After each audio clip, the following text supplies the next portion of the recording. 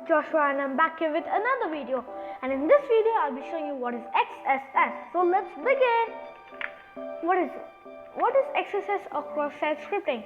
XSS or cross-site scripting is nothing but it's a vulnerability or a loophole in the website. Now you might be asking, what is vulnerability or loophole? Vulnerability or loophole is nothing but both are same actually.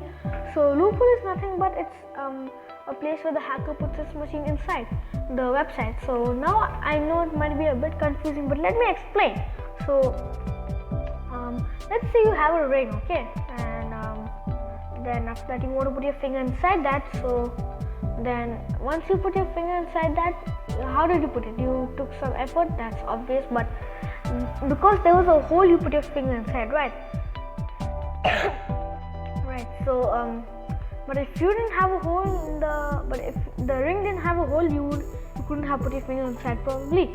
So the same way over here, if a website has a hole present, a loophole presents hole over here. I mean hole presents loophole over here, and the finger presents the hacker's machine.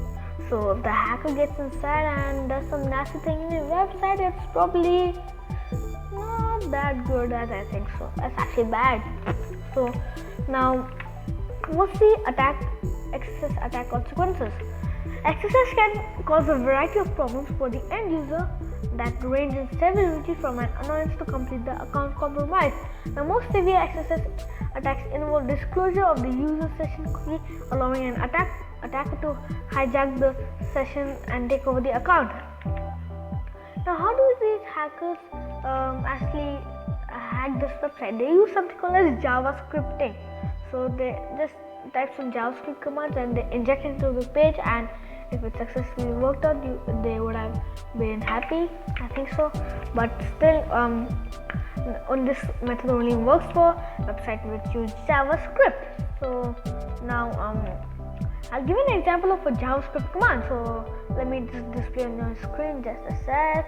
Yeah, so as you can see, this the command that it's a set of brackets and certain script inside that, and then after that a certain alert, then a set of parentheses inside that certain you are hacked, then after that a set of brackets again, and then a backslash inside it and the script. So let me tell you what's happening over here quickly. So you see the first place. So this at the first over here, this is the static script command. And after that it's alert. The alert means that there will be a pop-up screen stating that you are hacked and whatever inside the parentheses is. So then you can see the difference between this script over here and this script. There's no backslash over here and there's a backslash over here. This is only for closing. If you add a backslash, that should be only at the ending for the script, not at the starting. So now, if that method doesn't work, they use some tools like VAPT, Zap or XSS.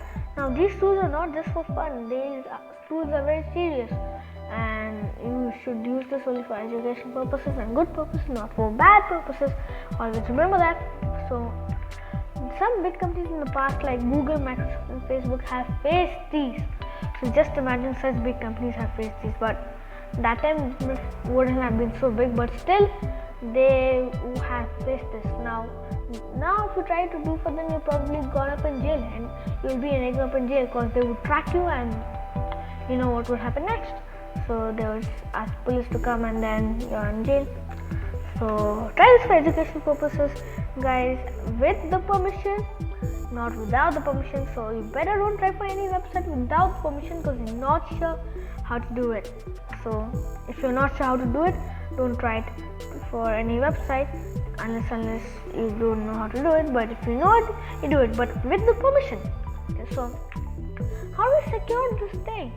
So there's something called as VAPT. This is one solution which the most websites have done up till now, and if you do it, your website may be secure, because 30 to 40% of the companies in the whole world have actually faced lots of attacks, which is not good. So now this VAPT is just 4 words, but actually it's a very big thing. That's why some people call it ethical hackers or white hat hackers. They help you out with this. So ethical hackers are good people, which means and not hackers, remember that. So VAPT is the main thing for a website, and if you get it done, good job. But if you don't get it done, there are some people called as hackers or black hat hackers, which come and hack your website, so it's bad. So basically, what is VAPT? So VAPT is just like hacking in terms of hackers, but the ethical hackers call it VAPT because they're doing it legally. So now, and with your permission obviously. So ethical, let's see what are ethical hackers or white hat hackers.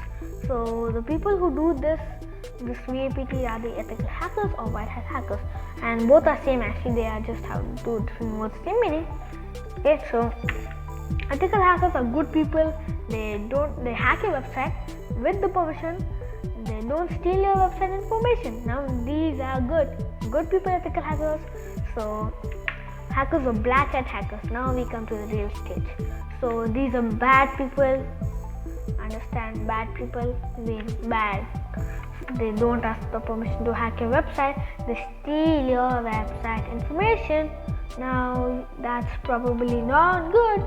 So get a VAPT done for your website before your website gets hacked if you have one website.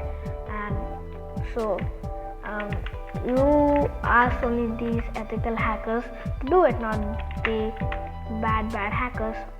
And the only difference here is that these are called ethical hackers and these are called hackers. So this is one difference.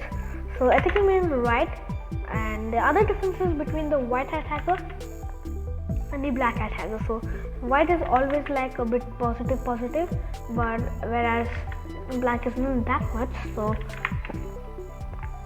XSS, the bad news is that XSS is still a major vulnerability for many websites.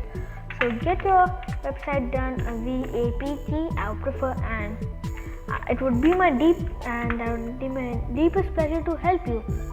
And if you have a website, you can just ask me in the comment box how do I secure it. I would love to help you out, and thank you guys. I'm going to see you in my next video.